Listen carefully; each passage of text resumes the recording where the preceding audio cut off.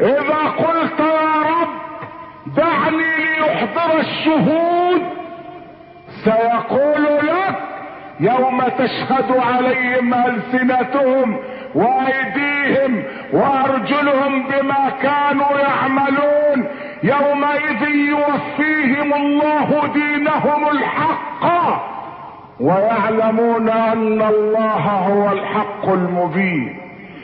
اذا قلت يا رب دعني ليوكل محاميا يدافع عني، سيقول لك اقرأ كتابك كفى بنفسك اليوم عليك حسيبا.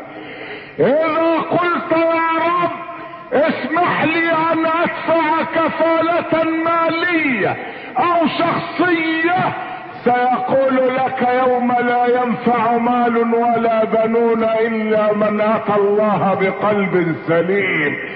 اذا قلت يا ربي ساستأنف الحكم، قال لك ما يبدل القول لدي وما انا بظلام للعبيد. الى اين يا رب؟ يوم نقول لجهنم هل امتلأت وتقول هل من مزيد.